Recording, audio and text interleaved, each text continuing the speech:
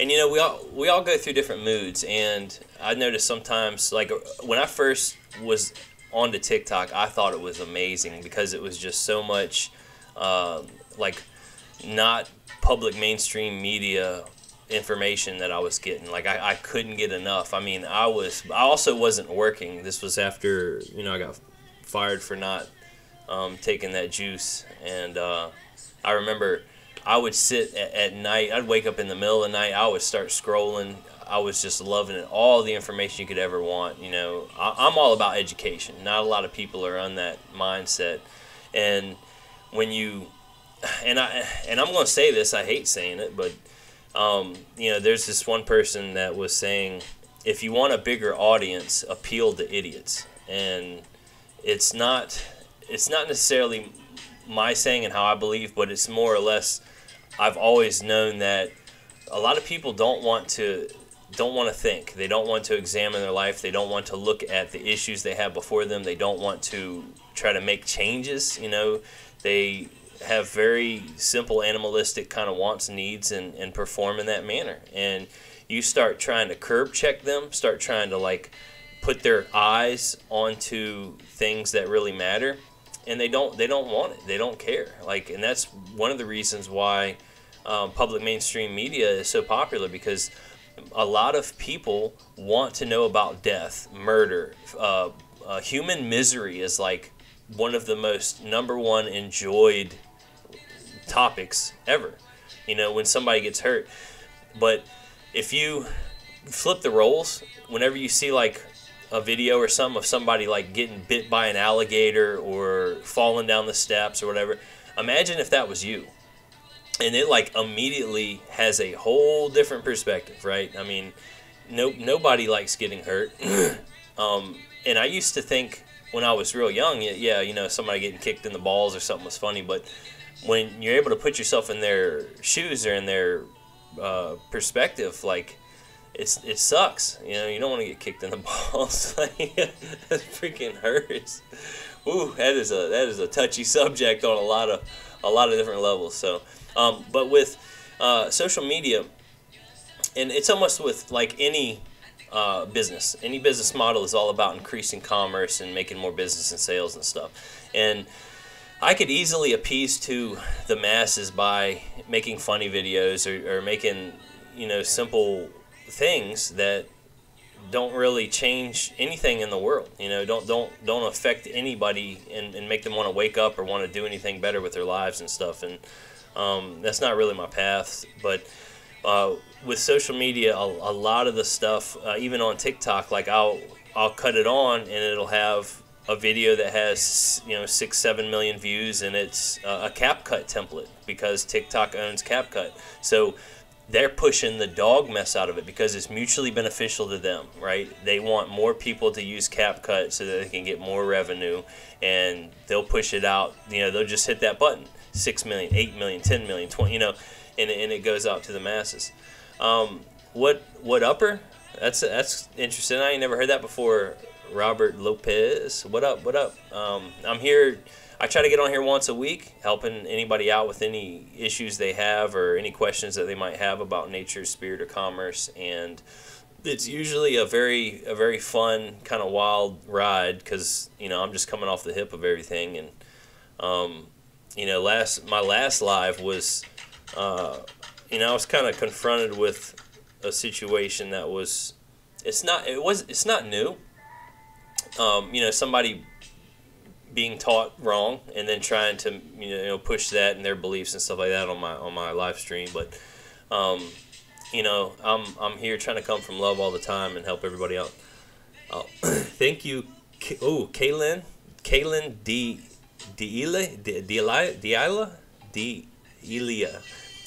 Kaylin D'Elia.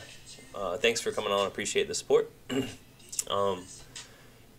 Trying to mix it up. Oh, yeah, it's cool. What upper? Yeah, Robert. Kaylin, question. Can you lien your own title in the county recorder's office? Yes, you can put a lien. Now, when you say your title, what are you referring to? You talking about to the house? Typically, you want to have like an entity do that type of lien. And the lien is typically the agreement, the piece of paper between the two parties, right? You have to have an agreement. That's the lien, and that is usually what the banks, when they register your car, what they do on the lien on the UCC1 is they have the agreement, right? The agreement is really the binding money. When you have an agreement between two parties, that is the actual asset, okay? What they register on the UCC1 is the recognized collateral. Now, the loan agreement might have a number, and the collateral will have a number, and they will put that information on the UCC1. Typically, they don't attach the entire loan agreement to a UCC1. They just mention because the UCC1 is an international. The UCC1 is very powerful. It's more powerful than even the U.S. president. Well, I call Biden, but before a real president, like a real president can't even undo it because it's international. It's like it's over all of them. So when you do a UCC1 will not stop a foreclosure, because when you're dealing with titles, you have to have the true title.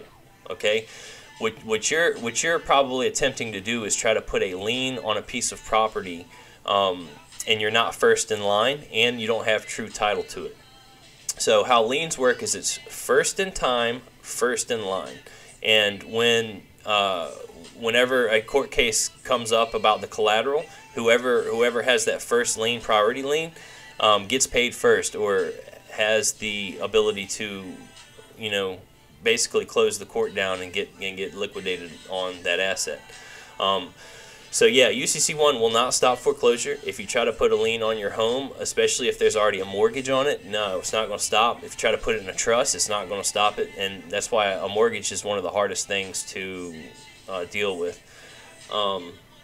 Robert, don't trip about the paralegals. No, I listen to my lives, right? I'm probably one of the only people that listen to my lives, and when I listen to what, I think her name was Renee or something, was saying, when I first started out, I thought common law was the most powerful, right? And then I learned about, it's literally called Day 3 Deuteronomy, law again, equity, and I learn and have taught and have been taught things that lawyers don't even know, and that's one of the things where, someone says, oh, I'm a paralegal, common law is the most powerful, and it's like, no. And she's like, it doesn't matter how long you've studied. And what, in hindsight's always 20/20. And what I should have asked her was, okay, take away my 10 years of study, take away all of the experience that I've had, take away the 3 jurisdictions that are mentioned. How long have you studied equity? Because every time she would talk, she was missing equity. She never mentioned equity. She never mentioned chancellery. Never mentioned any of that stuff. And so I should have just simply asked her, how much studies have you done on equity? Because obviously she hasn't done any, and she's sitting, trying to claim that common law is the most powerful. And like I said, a lot of people that start out learn that as their basis to begin their walk, and that's how almost everybody opens up their eyes. They usually don't open up from admiralty. They usually don't open up from equity.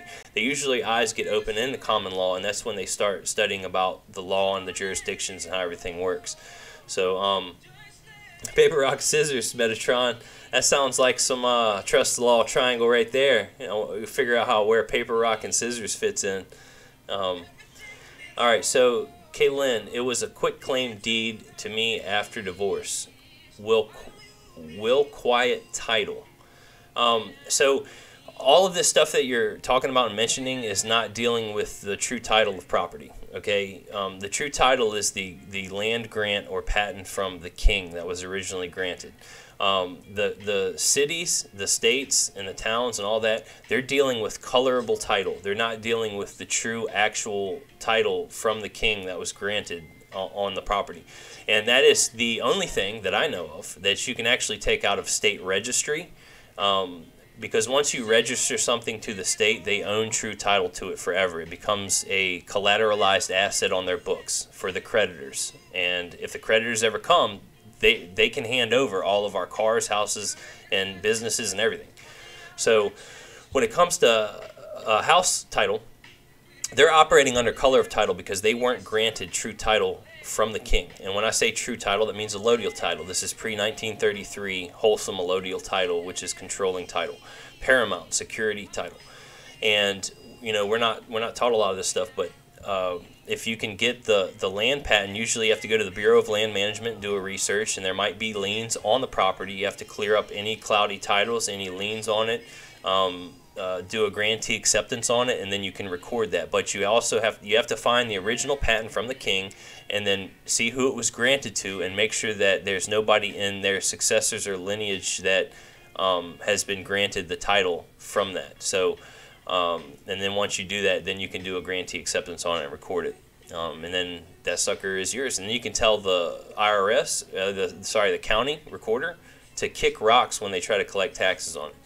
But, again, if you take your house out of state jurisdiction, then you will not be able to use the fire department, ambulance, police, transmitting utilities like water, sewage, stuff like that. So you gotta pick your battles, make sure you're prepared, and if you want to go down that road, usually it takes a lot of money, a lot of effort and time, but you can get the true title of your house and do what you want with it, and then become your own little queen of your castle.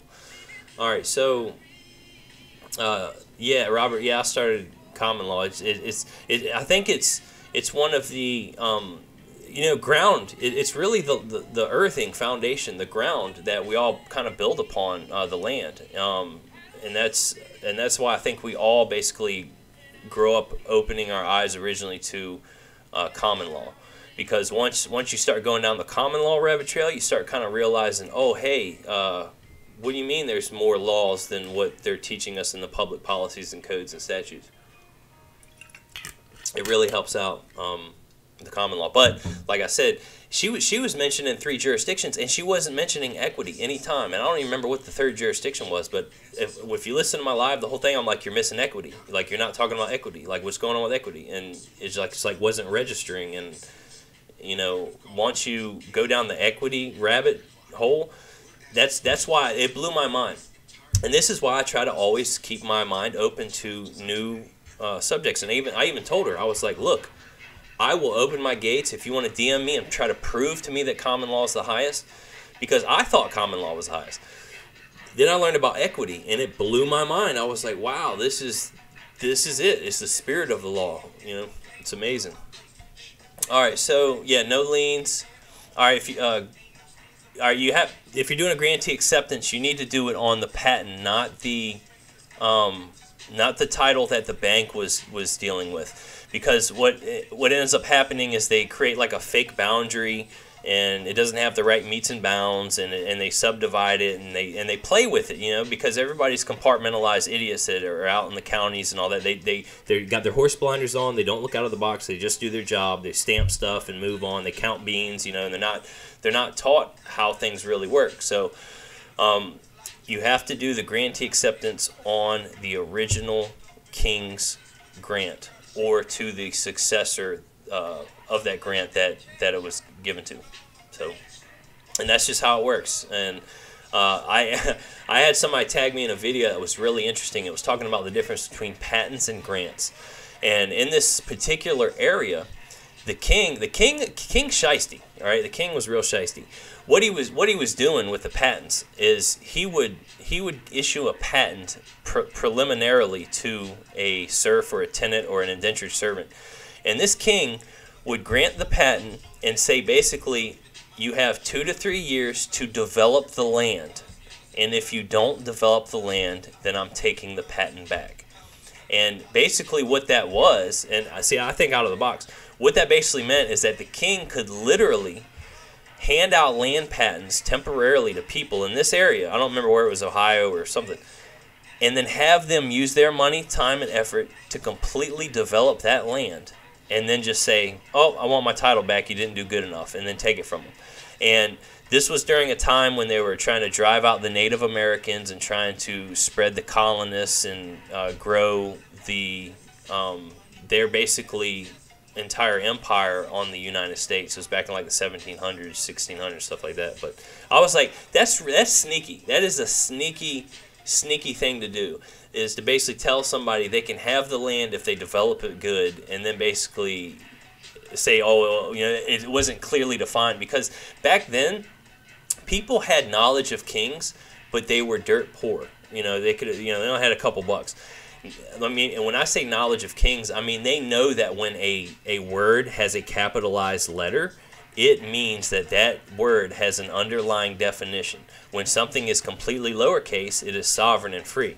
They had knowledge like that about everything. It was just, they knew about the seasons, the times, the crops, all kinds of stuff, the way monarchies work, all kinds of stuff. Now we have people that are dirt poor and have no knowledge. So look at what's happened. We used to have the knowledge of kings, and now nothing's changed. Everybody's still dirt poor. Only have a couple bucks to rub together, and no knowledge. And that's one of the enemies, right? Knowledge is so powerful and so important, and it's so amazing once you start learning everything, but it doesn't spread like it should, because people love being ignorant. They actually love being blind and unawake. A lot of people start down this rabbit trail of learning about the law because they're into some legal process, and they find some link or some information or whatever. And then they start learning, oh, wow, we're above the law or whatever. And we're usually compelled in different ways to start going down this eye-opening trail of enlightenment. So it just takes time. All right, you said you got a letter of intent to foreclose from the third-party servicer. Yeah, so that means you're probably in default. And that's one of the things that happen to us all the time, Kaylin, is that we sign out of ignorance, right? So your signature on a promissory note originally paid for that house, and you don't even know it. So you already paid for the house. And what you also agreed to through contracts was if you get into default, they can come take the house. And that's what happens with a lot of people, and I hate seeing it. Houses are one of the hardest things to try to who signed the note? Your husband? So your husband created the asset on the books. Now, if y'all were married, then y'all were granted permission from the state to do business together as kind of like one entity. Well, it's three. It's you, him, and the state are all in a triangular corporation agreement to do business together. So your ex-husband, did he grant you the house? Did your husband put the house in trust or try to get you in as a beneficiary on some type of way? Because if you're not on the loan agreement, how are you paying for the mortgage? If it was in your ex-husband's name and now all of a sudden you're paying for it. if you're not on the agreements or anything, that's what I'm wondering about. Quit claim deed. Yep. John Jack, I'm trying to liquidate all false registered unilateral contracts. Okay. How are they falsely registered? You talking about stuff you've signed up for? It's kind of a weird statement. I'm trying to liquidate all false. Are you talking about trying to get monetary incentive from all the contracts you've ever signed or something? It's kind of confusing what you're saying. Oh yeah, I know. Oh, Kaylin, yeah, I bet they did accept your payments. Heck yeah, they accept money. Ed, you can dissolve a marriage license, but you have to go through the state's rules that you registered the marriage in, because you asked them for permission to marriage. That's what a license is. A license is granted to an enemy to do something that's illegal. Okay? So when you get a marriage license, they are granting an enemy permission to do an illegal act. Now, to dissolve that, what you can do is you can act like you're not married and create some type of record that says you're not married, but it is still registered on their files that you are married. Okay? Now, you can create a record that says you're not, but the best way is to go ahead and do whatever it takes to get divorced. And the reason for that is, a lot of women want protection. I say women, people. A lot of people want protection from the state, and that's why they end up getting married and involving the state, because they do offer a lot of benefits through for basically keeping people in check and in line, because people don't want to govern themselves. People argue, they lie, they do sneaky stuff, and you can use the courts for or against you at any time you want. So I suggest going through the state that it was registered in, getting the divorce that way, not just trying to pretend you're not or creating your own record, which you can, which is enforceable. Because once something is registered to them, it belongs to them forever. All right, Monoxide. Always baffles me how people fall for the Sov citizen grift, preying on ignorance and desperation. Yeah. A lot of people don't even understand that was like a CIA created word, sovereign citizen stuff. It's kind of wild that people believe that.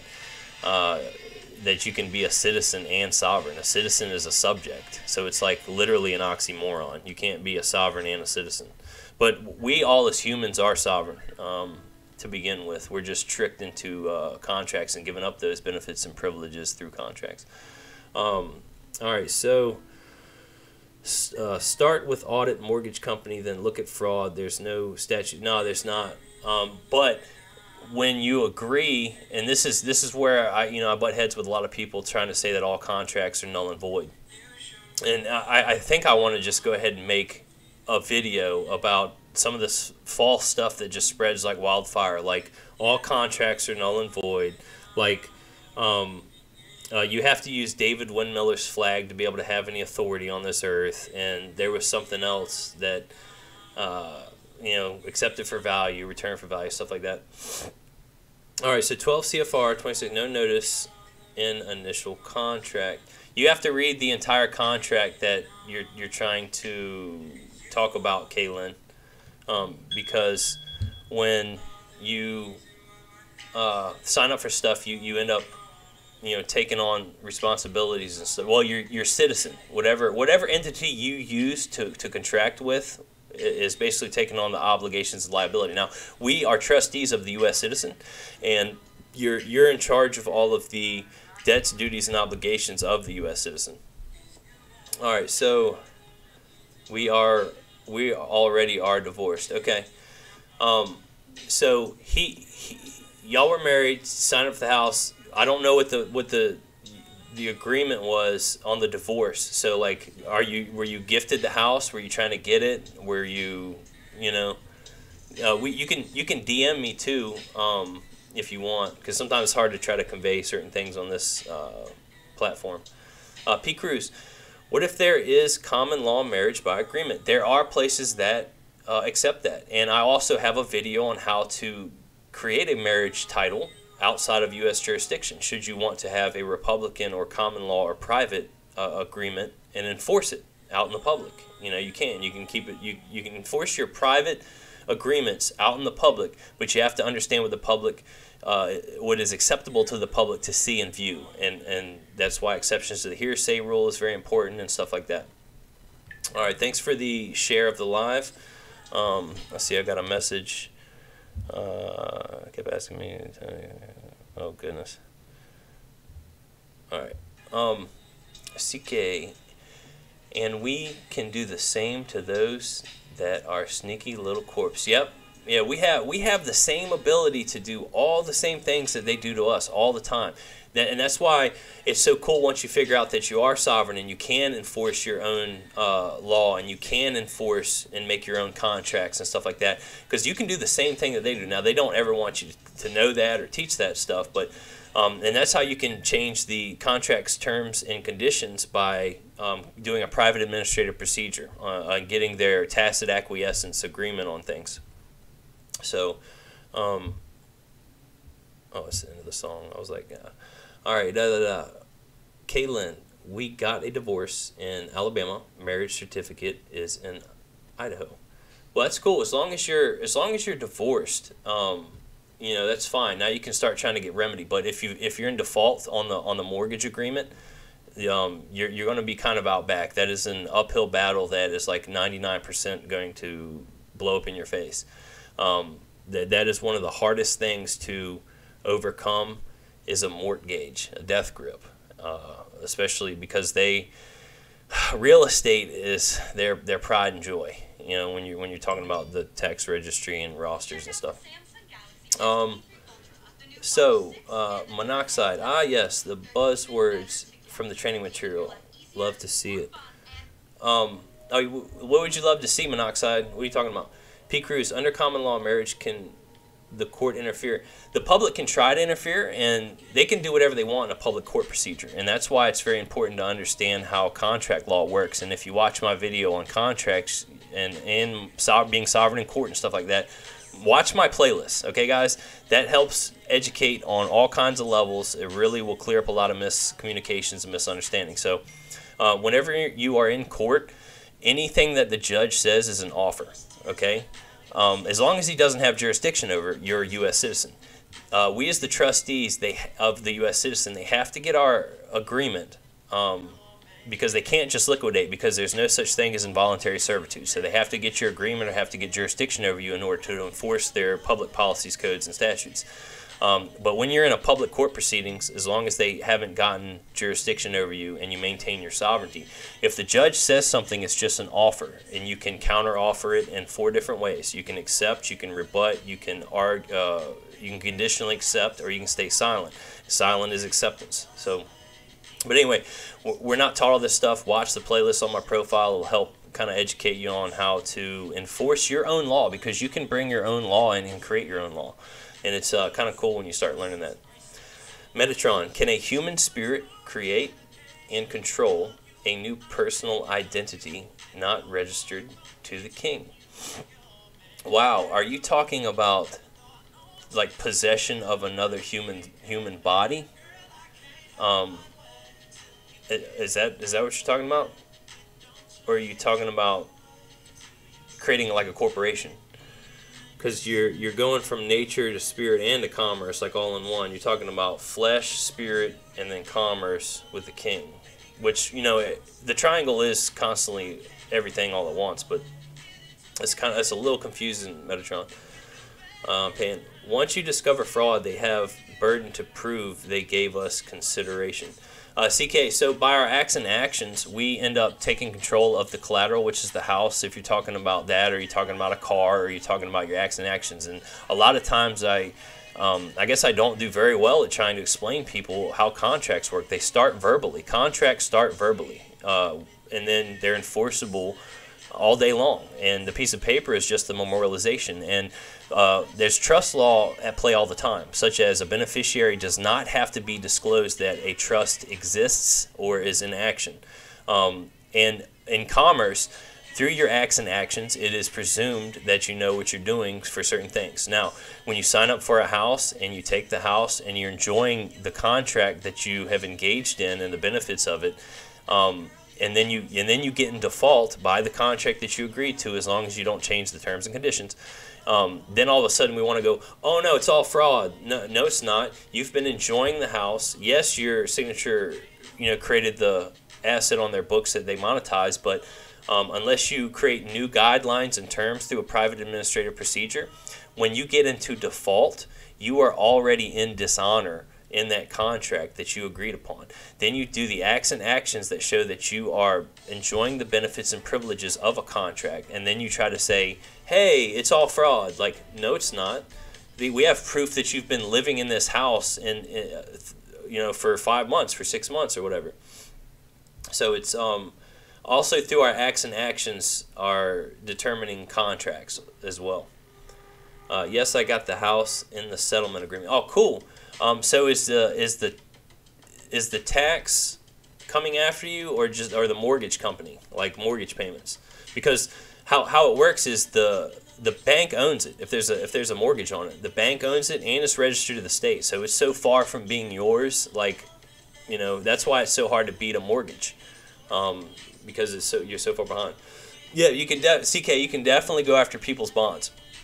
However, it is kind of tricky to get the information, but there are ways, and you also have to know all the procedures to go after their bonds, and you have to make sure that you've given notice and that they know that they were in dishonor and they've messed up and harmed you, okay?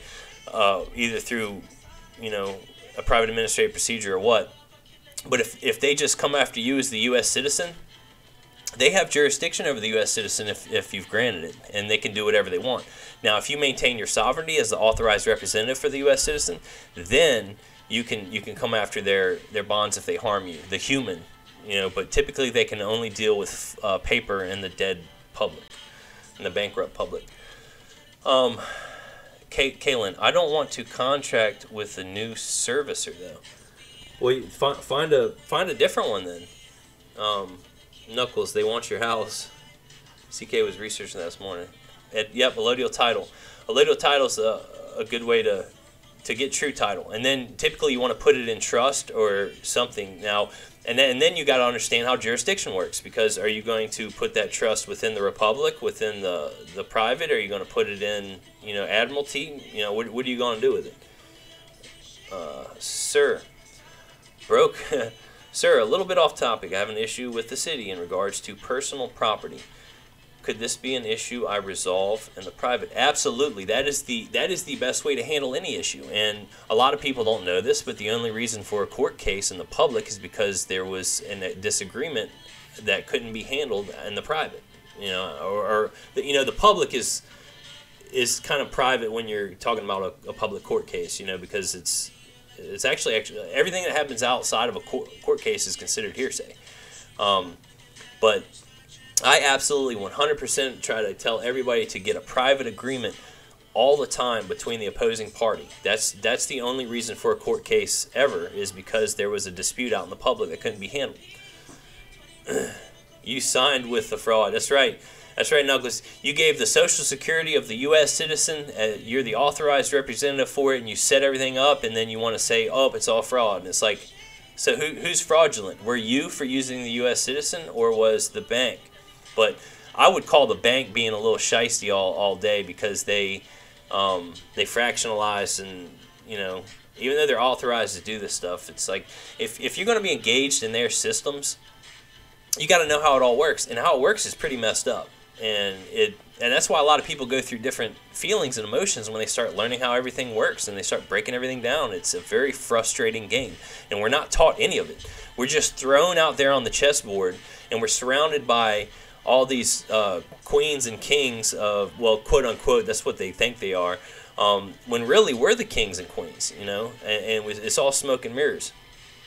All right, quantum alchemy. If you put an unrestricted piece of land in a trust, does the trust have to be started in that state? I would, you can create your own sovereign little jurisdiction, and typically I would suggest using the sovereign republic state as the that the state is in as the jurisdiction, because it's well established, and you can prove that it's still there because you can send you can send mail for 3 cents in the republic, anywhere in America. So the republic is still there and active in the background, but according to the Constitution, the Republican states can only deal in silver and gold. And when the military took over, basically forced the federal false jurisdiction over the whole United States, they switched the money and forcing everybody to use that private Federal Reserve script. All right, thanks for the share. Thanks for the follow. Meeting with the Minds, ER. Yep. We're actually two entities within one. We have a spirit and a natural body. So it's we're actually two people. We're a natural man and a spiritual man or woman. In one. So we're already two bodies. And a meeting of the minds is typically how commerce is exchanged. You have to have two or more entities in order to have any type of commercial activities. CK, they switch positions with us without full disclosure. Yeah, but that's their game, and we all the time, CK, we use their public services. They use all of their benefits and privileges, and then we're playing on their rule book and on their rules and on their board. We have to create our own. You have to govern yourself. Create your own legislative documents. Create your own court. Create your own entities, just like Metatron's asking. Create your own citizen. You can create a trust. Metatron's much easier than creating a citizen, because a citizen is just a trust anyway. You create a trust, and you can have that to be the trustee of another trust that is basically that gets an EIN that's in the Republic. I've gotten an EIN from the Republic and through the IRS, and that's how I know that the IRS is just a neutral agency. And my next videos, guys, is going to be on taxes. I'm finally going to do it. I'm going to make a commercial video on taxes. This live will be on my YouTube. If y'all want to see my social media links, it's on my profile page of TikTok. And this live will be on YouTube. The audio will be on Telegram group. I have playlists on my profile at TikTok to help everybody. I appreciate all the lives and likes and follows and stuff on here. But yeah, create a new trust, because a citizen is an individual trust. That is what the IRS classifies it as. And the IRS is the tax or the accounting agency set up by the creditors of the United States in order to monitor all the transactions. So create a trust. It's an individual trust. That's why a U.S. citizen files a 1040. And if you create your own trust and register it to the same state that the U.S. citizen is registered to, it files a 1041. It's like a 1040 for the U.S. citizen, a 1041 for the trust. It's the same thing. You can do business however you want. All right. Mortgage lender transferred it. Yeah. So how it works, Kaylin, is when you sign a promissory note, it gives the bank an asset to monetize. Right? They put it on their books as an asset. They bundle all of those mortgage agreements together and then like sell them on the world stage and then shred them. Like they record it, they have digital copies of it, but they can never produce the wedding signature again, because that is the asset that they are selling on the world stage to fractionalize and create all kinds of funds in the background and the private off of it. All right, Rafiki knows. Where is the proof of the loan? Did they get money or just the house to use? Definition of a loan. So I think I just kind of explained that, and like I tell everybody else, look up the affidavit of Walker F. Todd, who is a professional banking witness, who said on the record in his affidavit that it is your signature that creates an asset that the banks use as to create money from. But they were authorized from Congress to do that, But you can pull that in. You can pull that in the record. You can pull it and say, look, my signature created the loans. You buy the house, and then what happens is the bank turns around and switches and tries to say that you're the borrower, right? You're actually the creator, the originator of the funds, the original issuer. Allodial title, yep, you spelled it right that time, Ed. Ed, private common, yep. The city is not responding to my letters. That's good, bro. That means that they're agreeing, because as long as you have proof of service, and that's why I say use restrictive certified mail if you're trying to come from the Republic, restrictive signatures with the card return receipt, you have proof that they have been served and that they've been given notice. Now, watch my PAP video, PAP, and that'll help you kind of understand. I really suggest watching a lot of them, including trust and contract, and all, my playlist on commerce. But you can get them in agreement through their tacit acquiescence, and you can enforce that. And we're not taught that stuff. Catalaya, how? But how what? CK, what if dealership and bank won't send you original contract? They can't send you the original contract. Won't tell you where your personal property? Where do they take? Oh, is located? Where do they take it? Your personal property belongs to somebody else, I can promise you. Unless you've gotten a allodial title or true title over it, it is registered as to the state. It belongs to them. Nose Plan asks, I've attempted to keep the letter notice, but not having much success. Non-responsive city agents. Like, that's good. You if they don't respond, and you basically specify in your terms and conditions that failure to respond, like you'll be certifying any responses or non-responses, saying failure to respond in 3 days will equal this, or sorry, 10 days. 10 days according to international commercial law. You have to allow at least as a minimum when you're doing notices and stuff in legal private administrative procedure. Let's see. Go on. Thanks for the share. VSP. We are the natural man. spirit, and corporate legal. Yeah, we have the three bodies all in one. We have a commercial entity to do business with out in the public and private. We have the natural body that, you know, the natural light shines on. We have a spiritual body that can go inside and outside of the natural body. And we're all tied together in love. Like, and it's beautiful. I had somebody just mention, you know, talk on one of my videos, nobody wants to hear any of your Christian propaganda or something. I'm like, I never once said anything about Christian. And then they were like, oh, well, it's all the same thing, teaching about the white man, you know, dominating, blah, blah, blah. And I'm like, dude, I don't teach that crap. I was like, I teach about unity. I don't teach about division. I talk about unity all day long.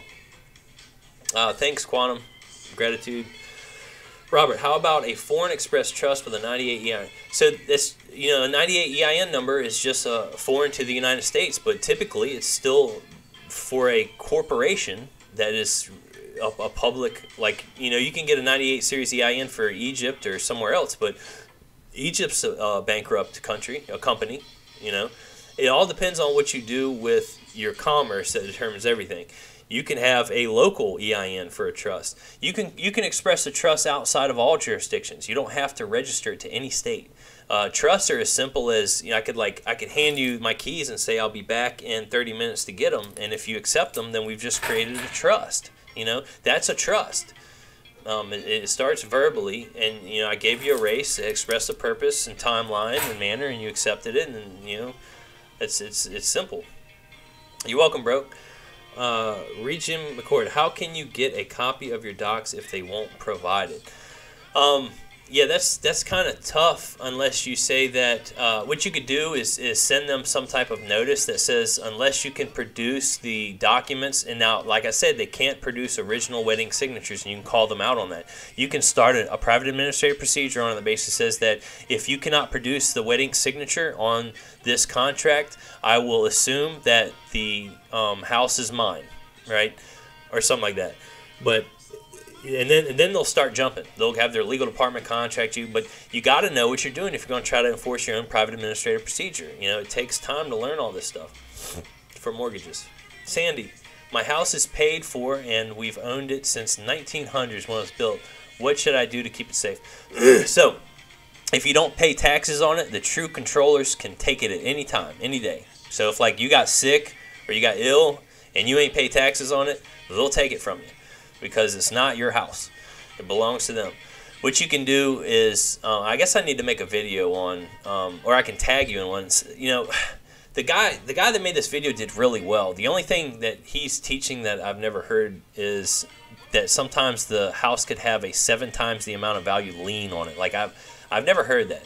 But you got to do a land patent search, and you've got to do get the original King's grant, and you can DM me. And do a grantee acceptance on it, as long as there's no like successors or lineages alive that the grant was issued to. Veronica, hey, how you doing? Welcome. I'm glad you made it. Ed, Jesus is King. That's if you know that, you got to know what the mystery of Jesus is, though. So ooh, I got my moderator powers back. Yeah, I tried to tell you that last time. Can you pin stuff though? Ray Jean, thank you for the rose. Thank you for the heart. Thank you for the flower. I appreciate all that. Thank you for all your gifts. Your gifts will be used to enlighten more people, to bring them into love and unity. You actually can take the house, just not the land. You can take it all, Ed. You just have to create a title about the. You can put it in the trust when you get the land patent. Do a grantee acceptance on it. Put it in a trust, describe the metes and bounds of the area, and then basically now you have your indentures and you have this, and then put it in the county recorder. And then I know all the rules where even if they don't accept the when you try to file something, it is considered recorded the moment that you hand a county recorder something, no matter if they record it or not. And you can call them out on felonies and frauds and all that, and they will not be happy, you know, if you do that. Actually, all right. So thank you, Regine, for the heart hands. I appreciate it.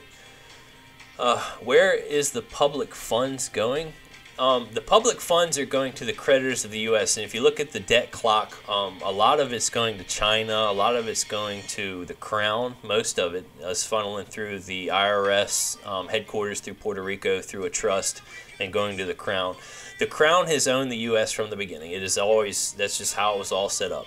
And from the very beginning, if you watch my videos, I explain how the tax system has always been here from the very beginning. From the very beginning. The original people that wanted success from the crown, the king told them to keep collecting taxes from the people to keep paying the debts, because the king paid for everything. Imagine, put yourself in the king's shoes. Imagine paying for an entire colonies to establish somewhere. All right, yeah, they hate your tax rules or whatever, but then all of a sudden you pay for everything, all of the housing, all of the ships, all of the fishing equipment, pay for everything, and then they go, oh, you know what? We're just gonna leave. Thanks. Like, the king was like, screw all that noise. I'm coming after you, you know, because I paid for everything. So from the very beginning, the king told the colonists that wanted to be free to keep collecting taxes from the people that still wanted to owe allegiance to him. Everybody wasn't on board with leaving the king. Like, just look at it today. Look how many people are so complacent and enjoy being bound by all the laws, rules, and public policies and statutes. You try to tell people they're sovereign, and they'll want to hit you in the head because they're like, oh, what are you talking about? Like, people don't want to understand this stuff. They don't want to know they can be free and they're sovereign and independent. Well, the same thing happened when the colonists wanted to succeed from the king, or secede. I need to stop saying succeed. Secede. There was people that still wanted to owe allegiance to the king, and that's what the king said: keep collecting money on the debts that y'all owe, and send them to me. And it's been like that since the beginning, like from the beginning. All right, where are we at with boom? I got my moderator powers yet. All right, Quantum, you said the Republic states only deal in gold. If you created a trust in the real estate, does it need an EIN? It doesn't need an EIN, but you can request one from the IRS in order to do. Really, it's just for public accounting or private accounting. But you don't need an EIN unless you're trying to, like, open up a public bank account. Lampad. Actually, you can take the house, just not the land. I think I already went through that. Where's the public funds going? Nope, it was just left to me and my brother is dead. Oh, wow. Sorry to hear that, Sandy. So, I hope I helped you out some. I guess I need to make a video on getting the house out of the tax register. Maybe that'll be after my tax. I'm gonna make a video on taxes. That's gonna be my next one. I've been wanting to do it for like a month and a half, and I've been doing spiritual stuff, and I think it's time to bust out a tax video. I try to do one video a week, guys. You know, I try to come on live once a week. I do my best. I need more info on properly creating a tax-free trust. Can it not have EIN participate in commerce? So, again, I'm going to put a video out on taxes, but you're not taxed on who you are. You're taxed on how you do business. And most of the time, you are doing for-profit public commerce with Federal Reserve notes in a federal zone with a company that is owned and federally registered in a federal zone, and you're supporting that. And then you try to say, oh, I heard I don't have to pay taxes. Like, you're supporting and you're part of a system that is for profit. And the IRS will tell you if you're not engaged in for profit, you're not taxed. Barely at all, because that's a more honorable system. But nobody wants to. You know how much money you can make in a freaking not-for-profit? The CEOs and trustees and stuff of not-for-profits make millions of dollars. Like, you can do almost everything that a for-profit can do, except for try to hide massive amounts of money. And guess what? That's what a lot of people want to do. They want to try to hide massive amounts of money. And that's why the IRS system is saying that if you do for-profit, they're going to tax you, because you are engaged in an insidious type of system. King's grant or POTUS grant? No, I wouldn't say POTUS. The president didn't grant anything. The king did. This is going back to the crown, because remember, the king paid for all of the establishments over here from London, for the original, the Virginia Company of London. All right. Oh, you can't pin, Veronica? Sorry. Yeah, I didn't know what all type of abilities you have. See my liked and saved. I took the chain of title back to the Treaty of Guadalupe Hidalgo. Okay, that's pretty awesome. That's some yeah, like the Spanish conquistadors and stuff. Like, a lot of our history is completely scrambled. Like, it is nuts. When you start breaking stuff down, you start looking into, like, black Indians that were originally here, and you start looking into all the original indigenous people that were here before the U.S. quote-unquote claims that they came over here with this false Columbus story and stuff like that. Ed Pimentel, you can take the house without doing anything, just not the land. No, because when you start to deal in contract law with the real estates, they talk about any hereditaments or improvements that are on the land, and you can take the land. You can take the land and any improvements and hereditaments on it. But if you look into how the contract was basically set up and signed up for you to get the house, it usually says any improvements or hereditaments. Sacred ground is hard for them to take. Cemeteries, yeah, that's true. And there are. I've seen churches that they're not part of zip codes, they're not part of the land thing. I've seen cemeteries that are outside of like all jurisdictions and stuff like that. And there's nobody to grant it over to them. Now, they can usually try to conquer it and start acting on top of it. And I've seen that happen a lot of times, is they just try to pretend like a cemetery isn't there. They try to pretend like a church isn't there, and they just start trying to move. That's how they operate. You know, they're sneaky. And we can do the same thing to them, though. We can be sneaky. T.I. Signed in blank. Do I still have interest in the property since I can't correct that? Signed in blank? Do you mean you didn't sign it? I'm confused what you mean signed in blank. Take. Please tap the screen. Thank you, Veronica. Veronica, thank you for sharing the live. CK, when they repoed my car, they took straight to caution, sent no info on location or remedy. Yeah, that's kind of unusual. That's not proper protocol. I mean, you're the trustee of it, it is the state's property. Now, they're the grantors and the beneficiaries once you register it to them. But typically, the trustee is in charge of all the taxes, titles, and duties. And if you can't find it, I definitely wouldn't pay anything on it. I wouldn't pay any taxes. I wouldn't pay nothing. Say the car doesn't exist. It's gone. Like, talk to the repo company or whoever repoed it, or the police. Most likely the police were involved. There should be some type of report typically whenever they move a car. Trust Holding Company LLC. Wow, great breakdown. Thanks, Yaya. Veronica, conspiracy, right? It's left to the point.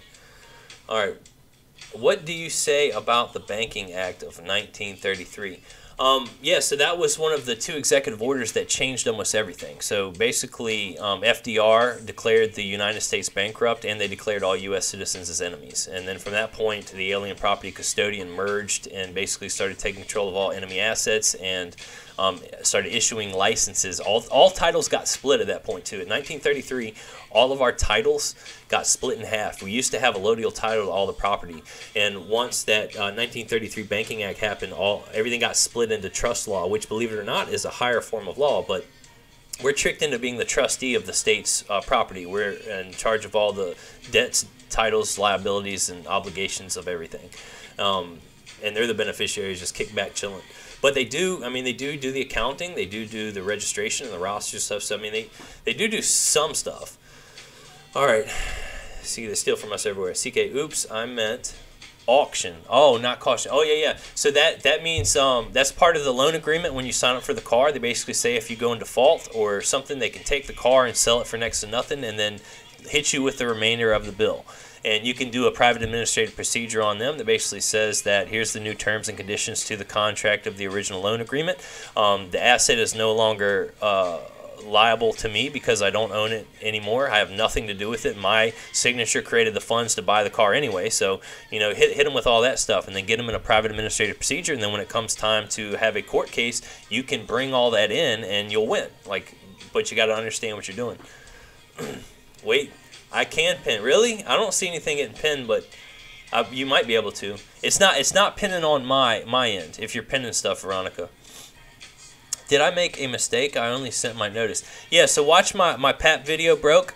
I honestly suggest watching all of my playlists, although a lot of people don't care about nature or spirit, but at a minimum watch Commerce and Foundation, because I always suggest watching Foundation, Nature, and Spirit, and Commerce, and it will basically open your eyes to how everything works. And I get confronted all the time by people that want me to hold their hands and walk them through every single step to stuff that they have no clue about. And then it's just me doing it. Like, at the end of the day, you're responsible for your acts and actions. Like, I'm not going to be there in court with you. I'm not going to be there at the mortgage closure and stuff. Like, you have to embody, embrace all the knowledge, because I can't be everywhere at once. Like, I'm sorry, you know, and I work off of donations. Like, if I was for profit, then I would be like, yeah, pay me $10,000 and I'll come get your house, you know, or something like that. But I don't operate that way. I operate in love, and I try to help everybody on a case-by-case basis. And my best embracement for y'all is you need to embody what it means to be sovereign and understand what you're doing. And if you don't, do not engage in any of these freaking acts and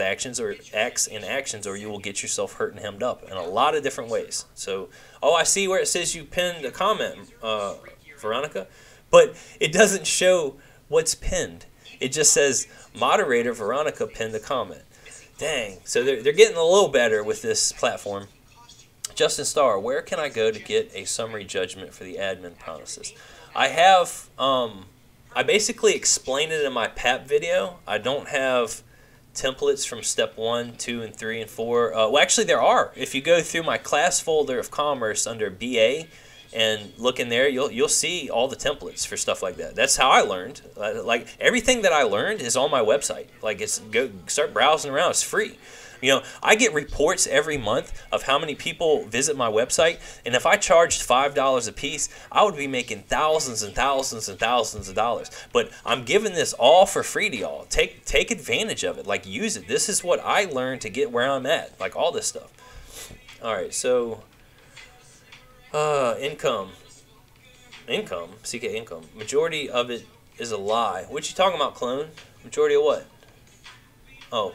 Bury someone on the property and it becomes untaxed. No, I've watched that video, Hoss, and that's not true. I actually looked into it, and I think Veronica might have actually sent me that video, or somebody else. And I looked into it, and it wasn't, it's not true. If you do the research, every state and locale has their own rules and jurisdictions when you're playing in the public, and typically the land is controlled by them, and you have to go by the rules that they say. And there are ways to do it, but it's not as simple as just bury somebody. You have to basically register the cemetery, and you have to do other things, but there are rules to it. Bank endorsement gave no instructions to secure the interest. Great explanation, 1933. Yeah, that's part of the stuff that went on in 1933. That's just a piece, Veronica. Haas, don't license and fees go against the Constitution? Yeah, but the Constitution is suspended during times of war, and we have been in a perpetual state of emergency since 1933. Every single U.S. president has declared a state of national emergency to perpetuate emergency war powers. I have videos on Emergency War Power Act if you go onto my class folder of Neo, and I'm not a real big fan of Neo's Come From, but he did a great job of explaining emergency war powers. That was a class that I bought. All this stuff's for free. Y'all can have access to this. Go on my website. My website has, what kind of structured website? I have trust documents. I've broken down my website into nature, spirit, and commerce, and you can go into any of those paths that you want depending on what suits your fancy, and it's all free from there. I wish the folders were up top, but typically all the pictures that I saved go up top, so it's a little messy. But all right, bro, glad. Yes, and yes. All right, moderator, Peak Rose. What do you know about bonding the case and filing a UCC lien with silver? Wow. If you're talking about a court case, there's 3 different bonds that go on in the private bid bond, performance bond, and a payment bond. And if you're talking about trying to do a UCC1 lien on the court case, you better have an agreement between the parties before you do anything on a UCC1, or you're committing an international crime and you can go to jail. Or basically make sure you know what you're doing when you try to take control of that, because if they've gotten jurisdiction over the U.S. citizen and they're starting to liquidate and stuff like that, I wouldn't attempt to do that kind of stuff. And then when you do a UCC1, if you're trying to do a private, you want to do a non-UCC1. That's a little checkbox. And then the best is if you can put it as a transmitting utility.